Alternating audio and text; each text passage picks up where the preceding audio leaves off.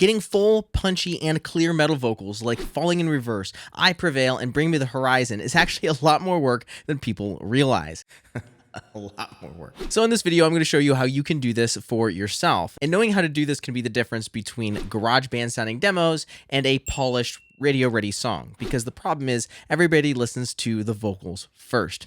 It's the first thing everyone listens to, whether you're a musician or not a musician. Everybody's listening for that first. And I'm willing to bet most of your critiques come from the vocal mixes in your songs. And after teaching over 500 of my own students, I noticed that seems to be the biggest weak point. So step one, performance. This is mostly on you or the person that's singing this or performing this in front of the microphone. But there are some things that you can do to encourage yourself or encourage the person that's in the room with you while they're recording vocals to bring that performance up to the next level. The thing is, if you record a crappy performance, that's exactly what you get, a recorded crappy performance. Now, if you have a crappy recording of a great performance, well, those things go viral on Instagram, TikTok, and just about everywhere else. We love people performing at their best, and so you want to capture that best performance. I know this sounds like it should be just common knowledge, but most people ignore it. They wait until they get a good enough take and move on. And that's not what happens, especially in the metal industry. This whole metalcore metal industry, we are very meticulous. So one way to elevate this a bit more is to actually get comfortable in the studio, set up a microphone, and start singing in front of it quite often. And if you're working with somebody else, encourage them to sing in front of a microphone often too. Sometimes just unplugging the microphone and walking around with it makes a world of difference. You want to be able to get comfortable in front of the microphone and comfortable in front of a studio. A little bit of exposure therapy goes a long way. So get exposure to it and just practice like you are in the studio without even recording yourself. Just get some exposure. Now, the second thing is I like to get emotional and passionate. And I tell the people that I work with to also get very emotional and very passionate about it. I like to imagine that I'm a character in a play or in a movie, and I like to go over the top dramatic because by the time it gets captured and recorded, a lot of that goes down. And there's this over pronunciation of words that almost need to be necessary in order to capture that properly in the mix. And so feel free to get emotional, be dramatic. Imagine you're a character in a play or a movie, or imagine you're the character in the song story that's being played out. Really try to feel the emotions of it and let that go out in your performance. It definitely can be heard. And then the third time is spend more time tracking than you think. I'm talking like 10 times the amount of work that you think is necessary. Do that. Do 10 times more takes than you normally do. Because the thing is, the first take or second take or third take might not be it. But that fourth or fifth might actually be good enough. But the problem is we don't want good enough. We're striving for something even better. There's no such thing as perfection, but we want a great performance. And by the time you do 10 or 15 separate takes, you're going to notice how you can maybe change things around a little bit. Work on your breath control. Work on your inflections and your pitch and your pronunciations. You also have 10 times more vocals to choose from when you're comping things together. Even if you think you got it, just do a few more. Now, step two, we want to hop into the DAW form. We actually want to create some layers. And this is something that is common among almost all of the metalcore industry, especially with clean vocals. We'll get into screaming vocals more towards the end of this video. But with clean vocals, we want a lot of layers. And there's certain layers that I like to capture. So here we have a song that sounds like this. I never meant to start a war, but you're pushing me to my core. No longer who I was before. Now you're bringing me to.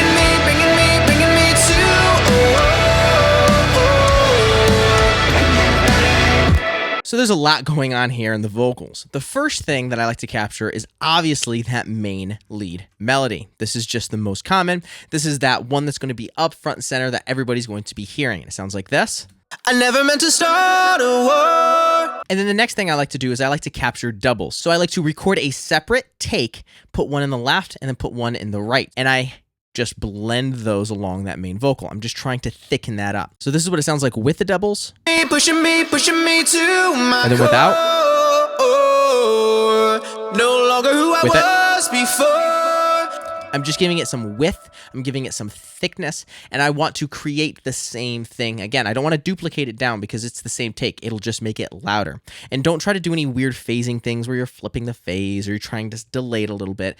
Just get the take it makes a massive difference. You don't want to be messing with the phase at all if you can help it. If you're somebody who doesn't have a choice, then maybe in that case you can, but really just try to actually record the vocal again. It'll make a world difference. I know it's a bit more work, but we want great sounding vocals, right? That requires a bit more work. And this is where you're going to be spending the majority of your work. The next thing I like to capture are harmonies. Sometimes I do doubles for these as well, but in this case I didn't. Start a war And I'm just kind of enunciating certain phrases here. to my core. And then I have a second harmony. Start a war. And then finally, I have this really obnoxious sounding high octave vocal, but it makes a massive difference in the context of the mix. Take a listen to it here. Start a war. That's actually me singing an octave higher. Sometimes I'll actually use a pitch shifter and just shift it up that octave, but I've really been trying to capture everything raw, and it makes a big difference. You start to create artifacts when you mess around with pitch and things like that, and we want to eliminate that as much as you can. So if you can't sing an octave higher, even if it sounds silly, it makes a massive difference in the context of the entire track. And so once again, I'm just enunciating the certain words that I want to, and it's just an octave higher. And so altogether, the vocals sound like this. I never meant to start a war, but you're pushing me, pushing me, pushing me, pushing me to my core. So without the layers, Pushing me to my core. and then with the layers, Pushing me to my core. massive difference. Now we actually use layers with screams as well, and I'll show you that in just a little bit. So now step 3 is tuning and editing. So we want to take all these vocals, align the timing so that way they don't sound too far off, and then we want to tune those as well. I don't understand why there is such hate for auto-tune and tuning plugins inside of the metal industry, but I promise you that all of the big guys use them. I Prevail, Falling in Reverse, Bring Me the Horizon, all of those vocals are being tuned. They're still great vocalists, but you can really take it to the next level with a bit of tuning. One fast hack that I like to do is I like to throw auto-tune on the main vocal, so then I have a somewhat fastish retune speed, and whatever auto-tune doesn't grab for me, then I go in and manually tune from there with Melodyne. And then I'll come up here and start aligning some of these tracks up. I want to make sure that this main vocal and the doubles and all the harmonies are actually aligned up properly. So I could cut them, I could slide them around, or I could use a plugin called Vocal Line or anything like that to align all those vocals together. This is a tedious process, but it makes a massive difference. A pro tip is finding the main vocal and then aligning everything else underneath that. And getting a better performance is going to make a bigger difference as well. So if the performance is a bit wonky, even if the tuning and the tone was correct, if the timing was off, I highly recommend just re-recording it again. It'll make this job a lot easier. So let me slide the doubles out of the way a little bit and listen to how awful it sounds. I never meant to start a war, but you're pushing me, pushing me, pushing me. It sounds awful, but aligning those up I meant to start a war. makes a massive difference. You want to make sure that everything is in time, and you want to make sure that you're following the main vocal. So now before I get into mixing, let's break down some of those screaming vocals. So this is what this breakdown sounds like. No one of us is going back in a body bag.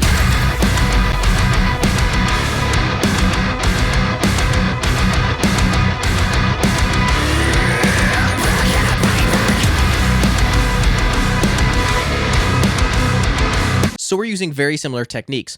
We like to layer and stack these vocals, and we also like to make sure that we're time aligning these vocals. The only thing that we're not doing is tuning these because they really don't need tuned. If they're heated vocals where you have screams along with a note, then in that case you would want to tune it if you feel like it needs it. Otherwise, you just want to stack these layers. And so here's how I like to stack screaming vocals. So I like to have a high, I like to have this guttural kind of scream, and then I like to have these lower screams here as well. I like to put one in the left and one in the right. And honestly, these are more guttural screams than anything else. So here's the main scream. No one of us is going back in a body bag. I have a higher one. No one of us is going back in a body bag. Then I have these low ones here, which is right and a left, so it's double tracked. No one of us is going back in a body bag. And all together, No one of us is going back in a body bag. just sounds absolutely ridiculous. So same thing over here as well. I really like doing this thing, which I learned from Joey Sturgis, which you have really low vocals and then really high fry vocals. So that's like low guttural, kind of like stomachy kind of growl with this really high fry scream. And you blend those together and it makes this ridiculous, awesome sound.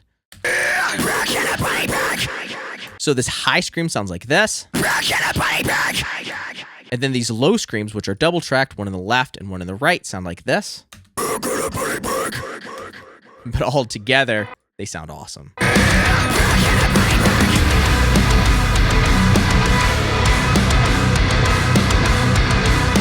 So now step 4 is mixing. And notice how much work it took for us to get to this point.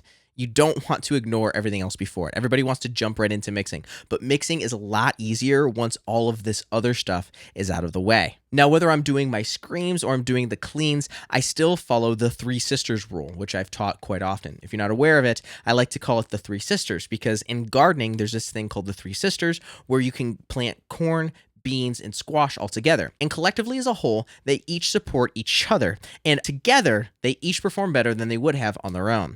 It's the same thing with compression, EQ, and saturation. With compression squashing things down, the EQ cleaning that up, and then saturation dirtying that sound up just a bit more, all together, they collectively work better than they would have all on their own. And so every single vocal mix I do stems off of those 3 things. I really get into that concept in my free workshop. I'll leave a link to that down in the description below.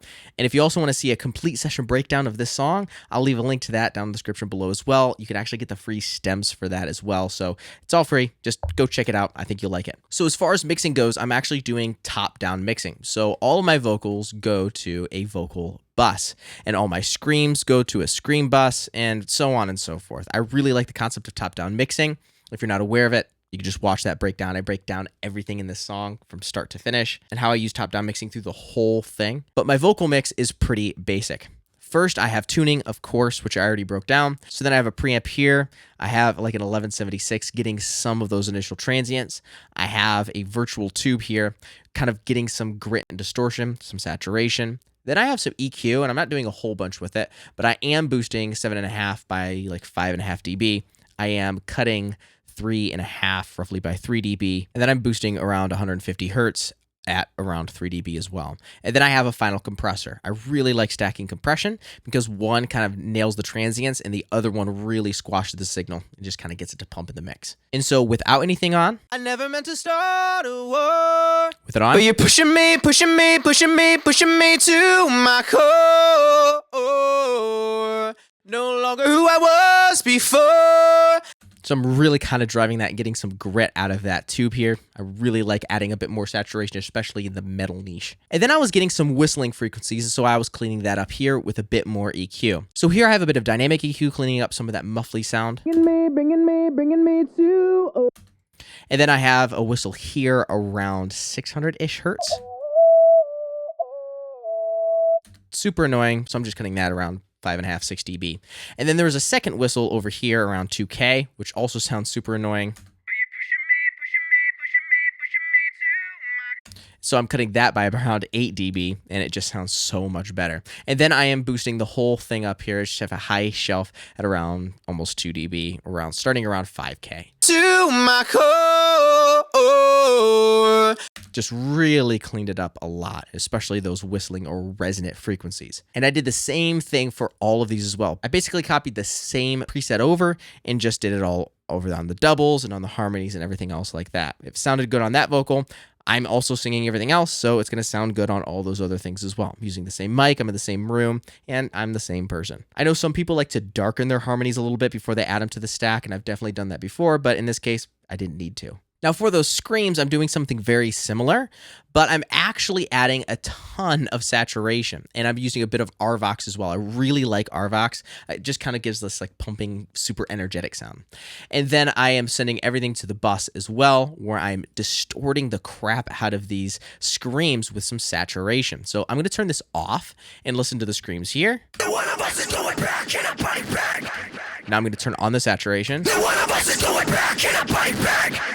So I'm just dirtying up all of those vocals and adding some saturation, making it sound like I'm screaming a lot harder than I actually am. This is a technique used quite often in the band Architects as well. I love the amount of saturation they add to those screams. It just sounds so good. If you want to see a full session breakdown of this song and get the stems for free, I'll leave a link to that down in the description below. Definitely gonna want to check that out. Or you could just scan that QR code here. And if you're somebody who is just starting out and you're a very beginner, you're gonna love this video here where I break down how I would start producing music from scratch if I had to start over. It goes into excruciating detail of exactly what to do to start producing your own music today. Now, as always, go create.